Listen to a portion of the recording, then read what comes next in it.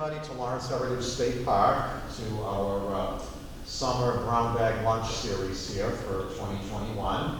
This is something that I created and then we developed 2 years ago, summer of 19. And I know some of you or all of you were here for that series, and we appreciate that. And then, of course, we could not do this last summer because of the pandemic, but we're happy this summer to bring back this program here at Lawrence Heritage. I'm Rich Padover, the summer interpreter here at Lawrence Heritage, and again, welcome to all of you.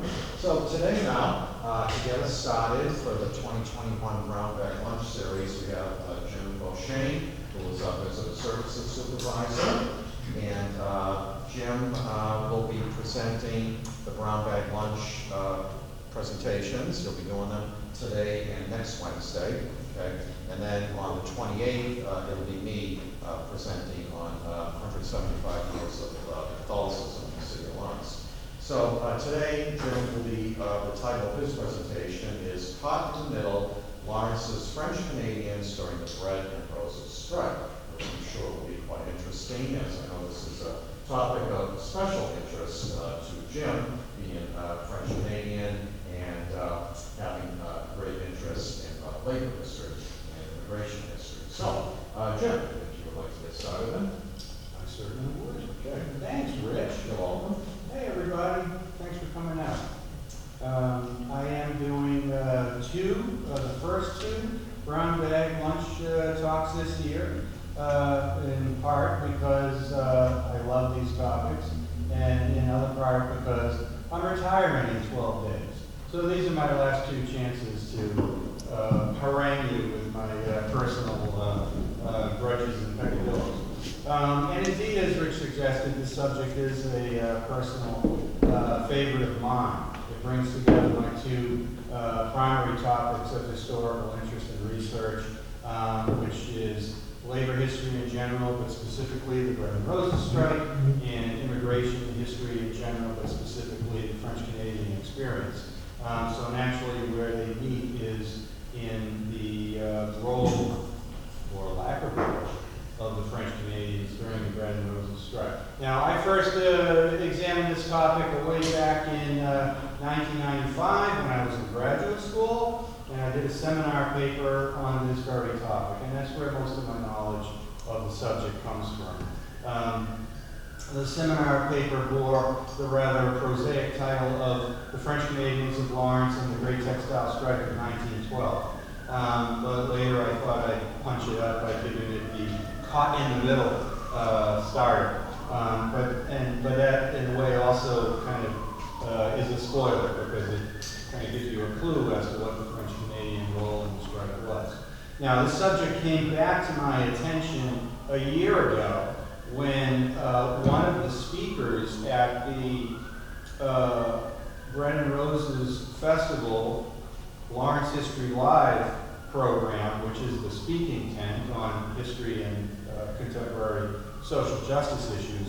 One of the speakers was a gentleman who had just written a book on the history of French Canadians in New England. The gentleman's name is David Vermette, and the title of his book, which I hold here in my little hands, is A Distinct Alien Race, which is a direct quote of someone describing the French Canadians of New England, an alien race. So you can tell from that there were a few issues in the course to assimilation. But David had an interesting take on French Canadians' role in labor activism, which goes back to an earlier perception of the French Canadians' workforce as docile, obedient, if you will. And in my earliest research and readings on French Canadian history, the word docile came up again and again. I mean, that's how we were perceived as an immigrant workforce. But David, in his talk, was claiming that that perception is wrong and that French Canadians had been active in labor organizing and strikes more so than is perceived or generally thought, including the Bread and Roses Strike. Now that contradicted what I found in my research, and I asked, I had a little back and forth with him afterwards by email on, what's your evidence, here's what I think, blah, blah, blah.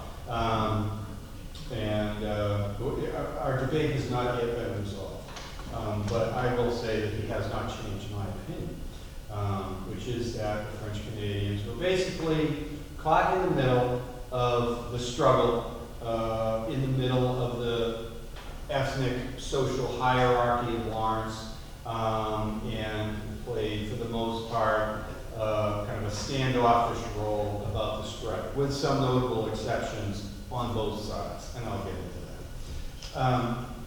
So, just by way of a little bit of background, the French Canadians arrived in Lawrence in the late 1860s, after the Irish, and never are able to quite achieve the level of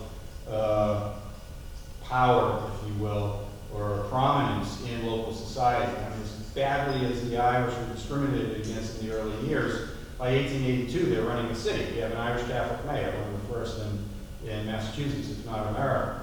And French Canadians are kind of struggling to catch up. There's also a rivalry between the two, partly on the subject of religion and language, and how those two work together. The Irish had been so discriminated against in the 1840s and 50s, and were very concerned when this new wave of French immigrants arrived, who were also Catholic, but who didn't speak English, and who they feared would kick off another wave of virulent nativism. So they struggled to get the French Canadians to accept English-speaking priests, who mostly would have been Irish, which was dominant in the Catholic Church in America at that time, because the Irish were the first Roman Catholic immigrants who arrived in great numbers. The French Canadians wanted French priests, because back in Canada, the French were Catholic and the English were Protestants. And if you spoke English, you couldn't even be a real Catholic, in their opinion. They wanted priests who spoke their own language. So there are fights about this all over New England, in generally mill towns where French Canadians were settling in areas where the Catholic Church hierarchy was dominated by the Irish. So that you get that, kind of both a jealousy and a rivalry between the Irish and the French Canadians going on all these years. Now, the other interesting piece of background to this is the Catholic Church's position on labor unions and labor organizing. Now, the church had been, the church had been in line with authority in European countries for centuries. In all the Catholic countries where Catholicism was the official or state religion and worked hand in glove with monarchies and whatnot. And then when movements towards democracy start breaking out in Europe and elsewhere, the church is a little standoffish about that. They're not really in favor of democracy. Monarchies were working just fine when the Catholic Church was the official state church and, approving the monarch. So all these modern, small d democratic movements about individual rights and labor activism, the church is pretty skeptical about all this stuff, and even freedom of thought. They thought the church should tell you what to think and you should be happy with that. So on the issue of labor, and labor is a growing issue in the late 19th century as industrialization is happening at different rates, but in many places around the world, and workers are organizing in labor unions to deal with that. The church is very skeptical about labor unions. They don't like the idea of having one part of society organized against another part of society. They think everybody should work together. So they're very skeptical about unions at first. And there's also a matter of some of the original unions have, secret oaths, and the church is very much against secret oaths, which is why the church was against masonry for so many years.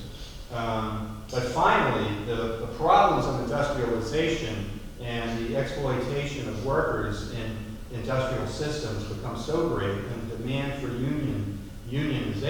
help workers become so great that in 1892, the church finally puts out a policy position, a papal encyclical called Rerum Novarum, and I forgot to look up the Latin for what that means. But basically it's a statement on union saying that, you know, it's not the best thing, but then again, workers are being treated so badly in factories and mines all over the industrializing world that maybe in some cases it's okay for workers, for Catholics, to join labor unions. But only under certain circumstances. They can't be too radical, they can't be violent, and God knows they can't be socialist in their political orientation. So it's kind of a grudging acceptance of unions and union membership for Catholics, but on a limited basis. So that's kind of the lay of the land going into 1912. One other important thing as far as the French-Canadian community in Lawrence leading into the strike is that it is still growing in numbers, in power. It's so nowhere near where the Irish were by that time, but you're beginning to have French-Canadian middle class, business people, professional people, and so on. They're also still very, very loyal to the Catholic Church, which Catholicism becomes part of French-Canadian identity, particularly after the English take over Canada, which is a great similarity to the Irish. You know, Irish Catholics, Catholicism is part of their national identity in reaction to being colonized by the English. The same is true of the French Canadians. So that adherence to the Catholic Church is very big in the local society. There's also the fact simply that French Canadians are an immigrant group that hasn't had to cross the ocean. They're a border society, a border culture. The home base is a few hours north on a train ride into Quebec. So there's constant reinforcement of the culture and the language, particularly in the form of the priests and nuns, who are the most respected people in the community, and most of whom are trained in, what do you call where a priest is trained? Seminary. Thank you, Rich. You're welcome, Jim. Mr. Catholicity in Lawrence, the next lecture. Yeah. The next lecture that's not me. So the seminaries and whatnot are mostly in Quebec, and the priests are trained up there, and that's helping to reinforce the culture here in Lawrence and elsewhere in New England. And right before, like a few years before the strike breaks out, the French Canadians in Lawrence are really feeling their oats and their power, and part of the physical manifestation of that is the construction of the new, quote-unquote, St. Anne's Church, which is depicted here on this beautiful poster, which, I just love to break out. It's a poster of the church as designed. It was never actually completed fully. The towers were never completed that much, and that's a whole other story, which also has to do with the rivalry with the Irish. But in any case, you can just see in this image the pride they're taking in the steps, the progress that they've made as a community. It's also worth noting that the pictures of the parish priests at that time, there were 5 parish priests, and the parish was numbered in thousands of parishioners. It would peak at almost 10,000. It's a huge church. It seats 2,300 people, and at the peak of the parish in the 1930s and 40s, they would fill it 5 times every Sunday. That's how big the parish was. And in the immediate run-up to the strike, or actually coincident with the breakout of the strike, the parish was hosting 2 very important events, important to it and its pride of place here in Lawrence.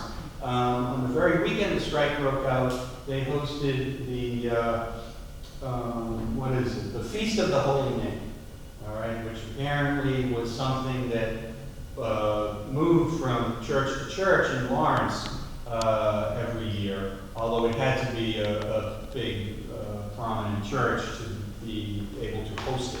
And that year, St. Anne's hosted the Feast of the Holy Name on a second weekend in January with like 3,000 people supposedly in attendance.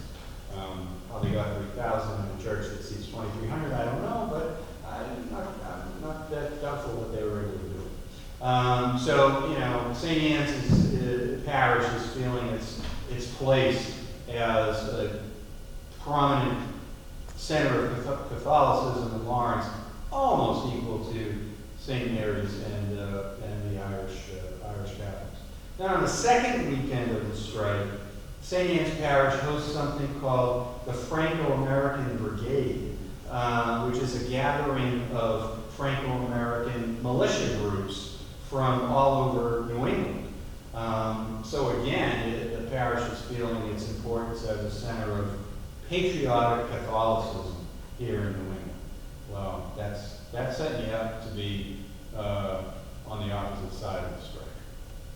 The strike broke out on the second weekend, actually on Thursday, January, which was the first payday. Workers get their pay envelopes, find that the pay has been cut in accordance with the cut in hours based on the state legislature, reducing the hours for men and women from 56 hours a week to 54 hours a week, with nothing said in the legislation about whether the pay raise should be maintained or could be cut. And the workers don't know until that first paycheck that their pay was in fact cut. And given they were already, in many cases, barely surviving, that was intolerable, and they go out on strike. The popular perception of the strike, however, exaggerates the extent to which it was, a heterogeneous participation among all the immigrant and ethnic groups. There was a hierarchy of participation and of attitude toward the strike. So the newest immigrants, the Italians, Poles, Lithuanians, Lebanese, who were strong in number at the time, had the newest arrivals, had the lowest skilled, lowest paid, worst jobs in the mills, worst tenement housing, etc. And for them, the pay cut was intolerable, and they go out on strike fairly spontaneously, although not quite as spontaneously as myth would have it, and are the strength of the strike throughout its 9 weeks duration. On the other hand, the earlier arriving immigrant groups, primarily the Irish, are much less involved in the strike and actually largely opposed to it. Number one, because they've risen in the city. They are the city government. They are the police. And no, they're not the mill owners. Those are still Yankees living in Boston. But, you know, they are prominent businessmen throughout the city. They are also very loyal to the teachings of the Catholic Church, and the Catholic Church is against radical unionism, such as the IWW, who come in to organize the workers in Lawrence. Now, going into the strike, there's only about 300 members of the IWW, and they're mostly either Italians or the Franco-Belgians, who are the most radical, politically radical of the ethnic groups. Political attitudes that they developed in Europe and brought with them here, not so much learned here. There's also about 1,000 mill workers who are members of skilled craft unions that are affiliated with the American Federation of Labor, which is the mainstream of the American labor movement at that time. Now, the AFL, and I should have included this in my background stuff, the AFL was very moderate politically. They did not advocate the destruction of the capitalist wage system. They just wanted to work within it and get better paid working conditions for their members.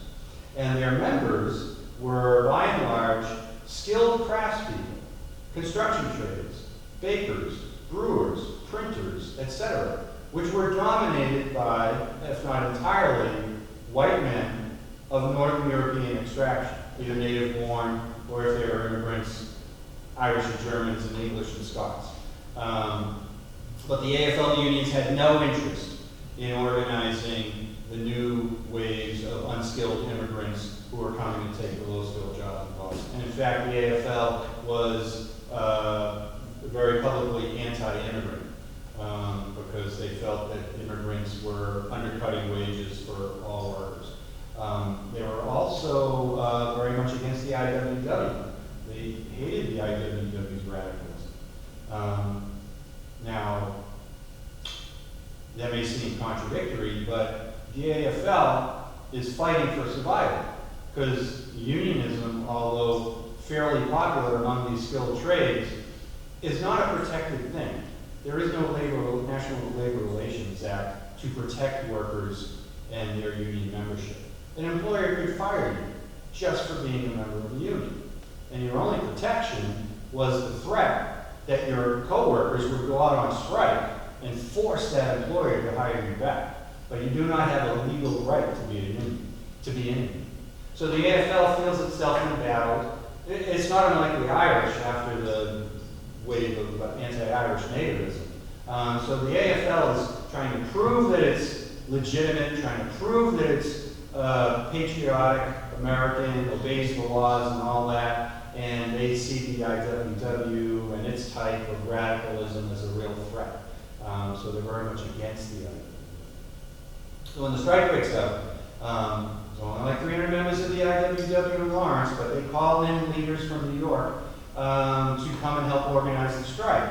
Because nobody else wants to, because these are all a bunch of immigrant rabble, these Italians and Russian Jews and the Lebanese and so forth. The AFL wants nothing to do with it.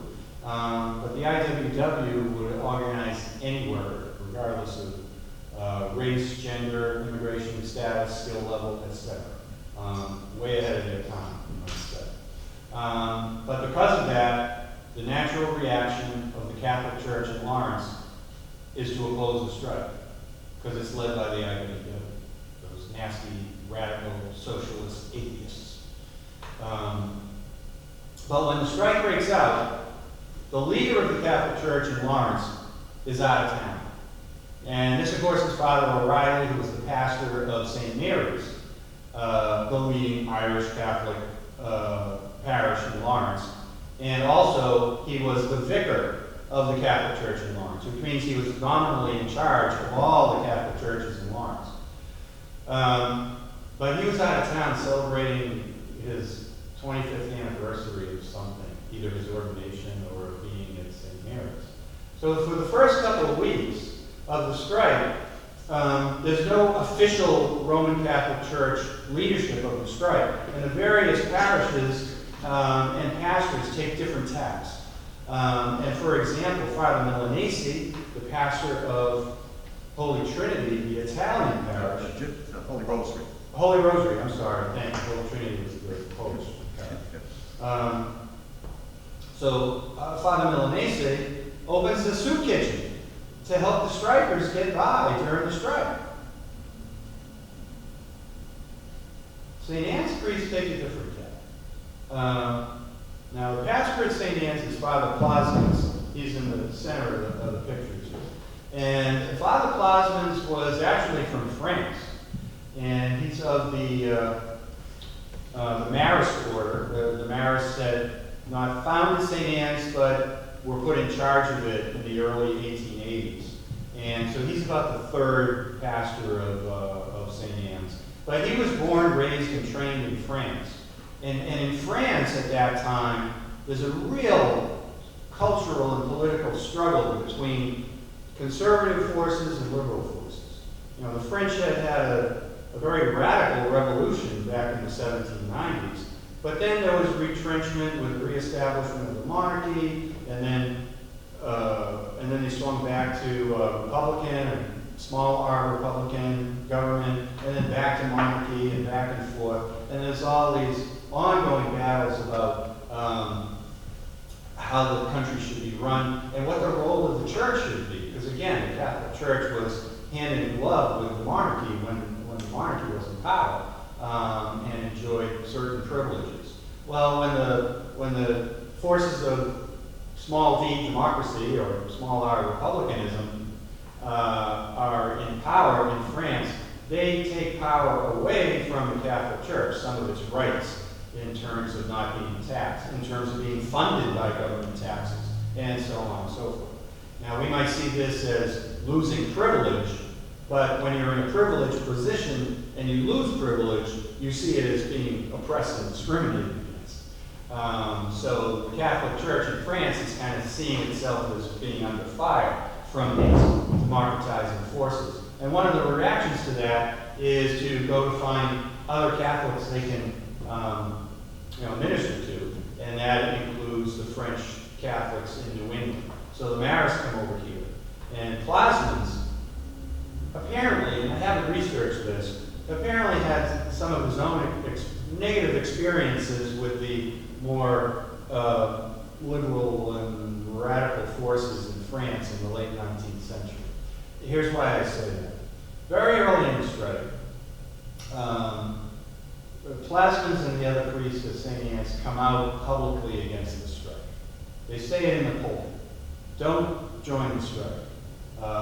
If you go and join up in that strike led by the IWW, you're not a good Catholic. At some point, they send the parish priest, these 5 guys, house to the parishioners, telling them, don't get involved in the strike, don't get involved with the IWW. This leads to a demonstration of strikers, and the strikers are marching through the city every day.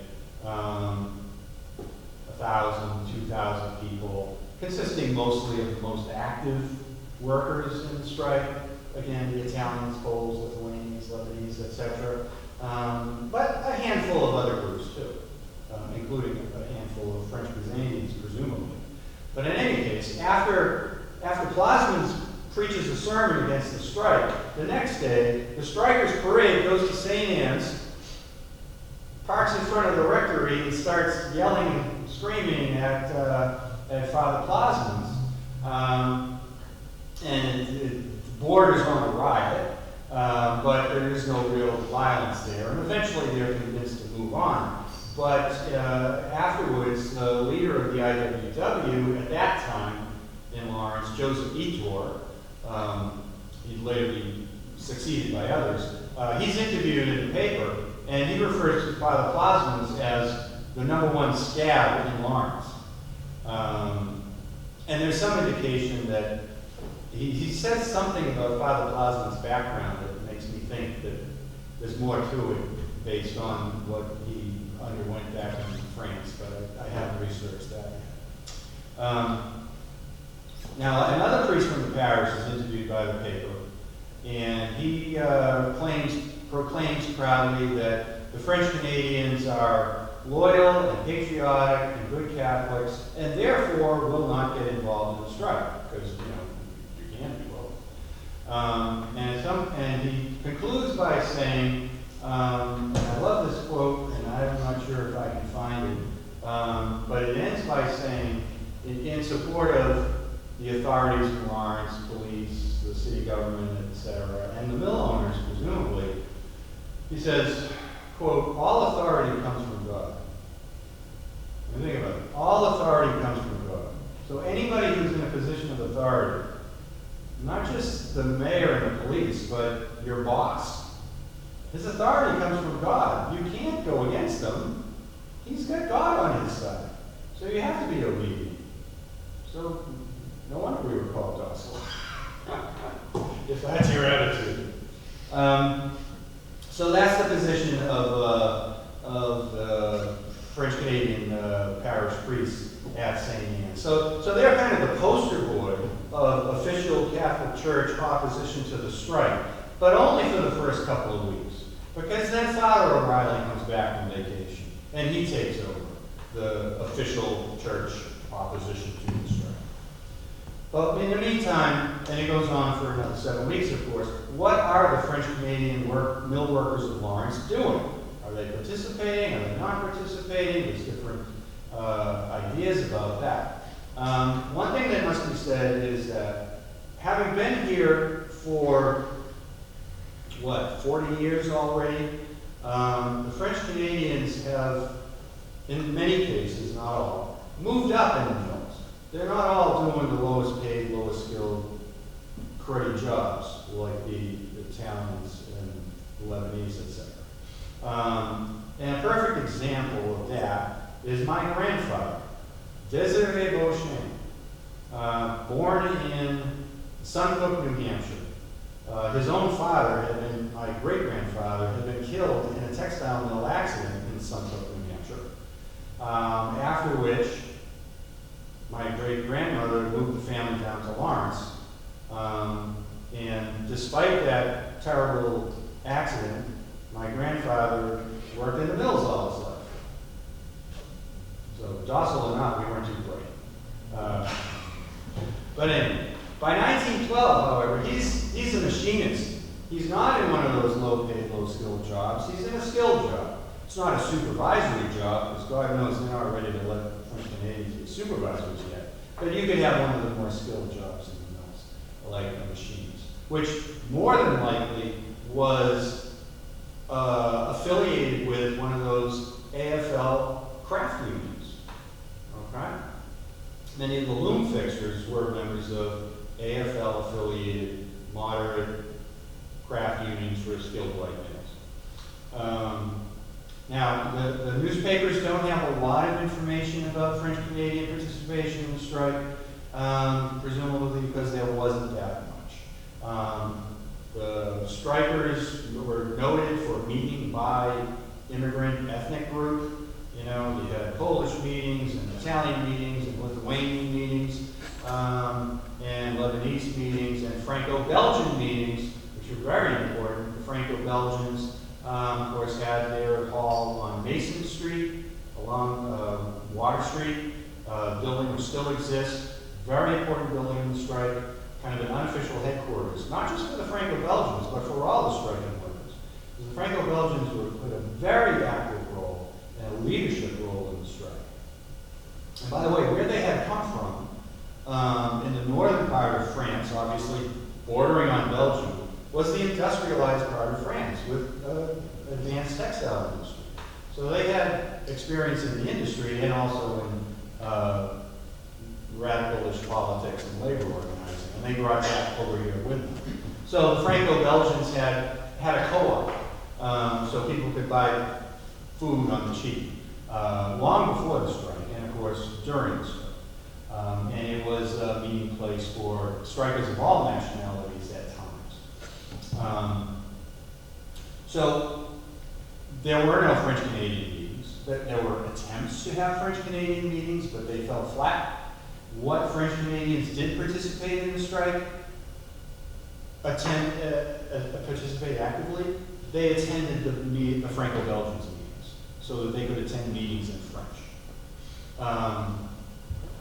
There's news reports about an incident of a French-Canadian who was crossing the picket lines to go to work, was attacked by some strikers who were trying to prevent workers from go to work. He was supposedly stabbed, but he survived because he was wearing such a heavy coat that it didn't really pierce the skin. There's another story about a French-Canadian worker who again was crossing the picket lines to go to work, was accosted by some strikers who were trying to stop him from crossing the picket line and going to work, and he tells them, hey, look guys, I got 12 kids, I gotta make $14 a week to put food on the table, and they say, all right, you can come. And that too is not atypical. First of all, the French Canadians were known for having extremely large families, which is something that started back under the British in Canada. We were trying to out-reproduce them. But if you've been here long enough and you're more established, and you have a big family, and you have a house, and maybe you owe payments on it, it's that much harder to go out on strike and forego your salary. Whereas if you're a brand new immigrant who's making nothing but has nothing, what do you got to lose? So it was, in that sense, it was easier for the newer immigrants to take the big risk and going out on strike. Now there is, let me see, one other French-Canadian episode in the strike is the fact that there was a store run by a gentleman named Benoit who offered discounts, a big sale during the strike. And of course, people were really hurting for money, so any kind of discounts they could get was more than welcome. But it's kind of an odd position for a businessman to be doing something, making a sacrifice for the strikers. I don't know how much of a sacrifice it was, how much things were marked down, maybe it was a good marketing thing, I don't know. But in any case, there is that. Although it's also interesting to note that he was out of business in 2 years. So what happened there? How did he lose business? Was he ostracized by the rest of the community, by other businessmen and middle-class people? I don't know. It's clear from what's written in the French-Canadian newspaper, Le Courrier, which, you know, like most of the ethnic groups had their own newspapers in their own language. All right, Le Courrier continued printing until the 1950s.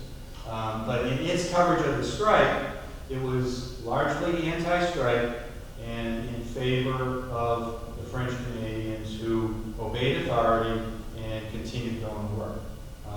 But again, if you think, who is that? The newspaper is the product of the middle class, the upper class, the business people, the professionals, etc. And that's their perspective on the strike. Now, the big exception, and my hero, the one French Canadian who takes a very prominent, active role in the strike is a gentleman named Joseph Bedard. And he was a member of, well, first of all, he was a weaver, and he was a Laurentian. He was a Lawrence mill worker who took a very active role in the strike, and a leadership role as a member of the Committee of 10 local strike leaders, which is an important concept because it debunks the argument that the strike was solely led by these radical outsiders who led the immigrants astray. Now, there were Lawrence-based immigrant mill workers who were, you know, more than happy to work with the IWW to fight for what they wanted, and who knew what that meant. So the Committee of 10 played a very important role. It gives their nationalities, which is interesting and significant because one of the big interests by people outside of Lawrence, and it is in news coverage repeatedly, is the question of the diverse nationalities in Lawrence, which was very diverse because immigration was issue number one in America at that time, and all the new immigrants coming from Southern and Eastern Europe were mighty controversial, and would continue to be for some time. So their nationalities are listed, and it's fairly representative of the nationalities in Lawrence. But a particular note, of course, is Mr. Bedard, who's right in the center, wearing his bowler hat at a jaunty angle. And he was the secretary-treasurer of the strike committee. So a particularly noted leadership position in the strike, raising as much as $75,000 in donations from sympathizers in the area and actually from all around the country. Pretty sizable amount of money in 1912. Now Bedard, like most of the other strike leaders and activists, well, of course not like the IWW kind of professional organizers, the Joseph Etor, Arturo Giovanni, Big Bill Haywood, Elizabeth Burley Flynn, none of them lived here. They came up from New York, where the headquarters were, to help organize the strike. And when it was over, they went to go organize somewhere else. Notably in the Patterson Silk Strike in 1913, which is their other famous strike on the eastern seaboard around that time. Now Lawrence was, the strikers ultimately win in Lawrence, and that is the high watermark for the IWW in the East. That is their biggest signature victory. The next year, the silk workers in Patterson, and equally, if not more so, dragged out bitter and violent strike is a loss. And from there, they kind of lose influence in the East, but they're also persecuted mightily by the federal government, by state governments, by local governments, by private groups who just abhor the IWW as these un-American radicals. So Bedard, like many of the other activists, who's blacklisted by the mills, can't get his job back, can't get a job in any textile mill in the area, he's gone from the scene within a couple of years. And although research has been done on the fate of all the members of the strike committee, I don't think we were able to find out what happened to Bedard and where he went. And I say we, I should credit Carrie Poirier, who is a retired professor at Merrimack College, who did some great research on the members of the Committee of 10, and a paper that appeared in the collected writings from the Strike Centennial Symposium of 2012. So it was great. She tracked all the members of the Committee of 10, the Strike Committee, to see what happened to them afterward and so on. But Bedard falls off the face of the earth. Couple of notes to wrap up. I mean, that as of the end of the strike, that's the story. I mean, the Father O'Reilly and all the other powers that be in Lawrence organized the whole campaign against the IWW, culminating in the God and Country Parade in the fall, and basically telling people you can follow God and country, or you can be a member of the IWW. You cannot do both. It's just not possible. It's not allowed. And that propaganda and the social pressure is also backed up by economic pressure in the form of the blacklist. Activists and IWW members can't get their jobs back or lose their jobs as soon as they're found out. And there's also the real threat of violence in the air in the months that follow, which culminates in the death of Jonas Smolskis, who's a Lithuanian, who was beaten to death in the fall of 1912, just because he's wearing his IWW on the street. And the God and Country Parade and all its meaning about the strike being this evil thing that was created by these radical outsiders and the dumb immigrants who followed them, and that Lawrence was redeemed and saved by the God and Country Parade. That's the official story in Lawrence for the next 60+ years. And if you think otherwise, don't talk about it in public. Now, in that period, the subject comes up a couple of times, and notably in the 1930s, there is, under the WPA, the New Deal program, which had many facets to it, but one of it is publishing guides to the states, the WPA guides, which are really remarkable documents, and which was an employment program to employ writers and academics who were unemployed during the Great Depression. They did the same for artists and other things, as well as all the work, building roads and bridges and whatnot. But the WPA guide from Massachusetts, when it first comes out, has, this is 1937, I want to say, I'm not exactly sure, 35, 37 or whatnot. The initial version of it has a description of the Sacco and Vanzetti case that causes outrageous reaction because a lot of people in the public think it's too sympathetic to Sacco and Vanzetti. Plus, the guide is written by these unemployed academics who may have a little bit more liberal leaning when it comes to labor organization and radical organization and so on, and who certainly are willing to call a spade when it comes to the discrimination in the Sacco and Vanzetti case, who in some minds were prosecuted as much because they were Italians as because they were anarchists. And there's very clear episodes of discrimination and foul play, and of course the investigation and the trial and so forth. So, you know, in the guide, they say that the Sacramento-Vanzetti case was kind of a miscarriage of justice and so on. But the patriotic forces in Massachusetts say, you can't say that, that's wrong, that's terrible, and we won't allow that. Well, there's another side story to that, which is that the original WBA guide also has a description of the bread and roses strike.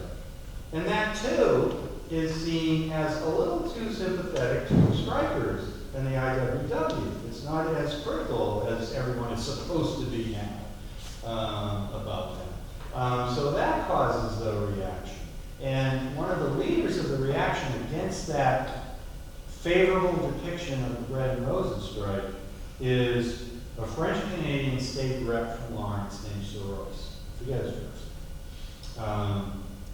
He's a World War I vet, he's a prominent guy, and he's kind of leading the charge to condemn this favorable depiction, relatively favorable depiction of the IWW on the strike. And these forces for censorship, if you will, win out. And the guide is changed and is republished with less favorable descriptions of both the Sacramento-Vanzetti case and of the bread and roses strike. And not only is it edited and republished, but it's done so on the sly. When the second edition comes out, they're still calling it the first edition. They're not admitting publicly that they, censored the first edition. But of course, my main point is that the opposition to that favorable strike description was led by a French-Canadian local politician. So certainly the anti-strike interpretation had won the day for the most part among the French-Canadians at Lawrence. Ironically, however, when the whole interpretation of the strike changes in the late 70s, thanks in part to some outsiders like Ralph Fasanella, the artist, and others, and the interpretation of the strike is maybe something positive and something we could even take pride in, begins to take hold. Who's in charge of the city at that time? A French-Canadian mayor, Byron Lefebvre, who is relatively young. I don't know how old he was, but he was open to this new interpretation, whereas the previous mayor, who was Mayor Buckley, a long-serving Irish Catholic mayor, was a product of the God and country interpretation, which dominated Lawrence, which certainly was how he was educated to think about those events. So he would not have been receptive to this new positive interpretation of the strike, but Mayor Lefebvre apparently was, and oversaw the very first pro-strike public event in Lawrence, which was called Bread and Roses Day in 1980 on the Common, with maybe 300, 350 people in attendance. And not exactly a precursor of the Bread and Roses Festival, because that doesn't formally start until 1985. But it's kind of ironic that Lefebvre is in charge when the portrayal of the strike completely flips. And that's my story.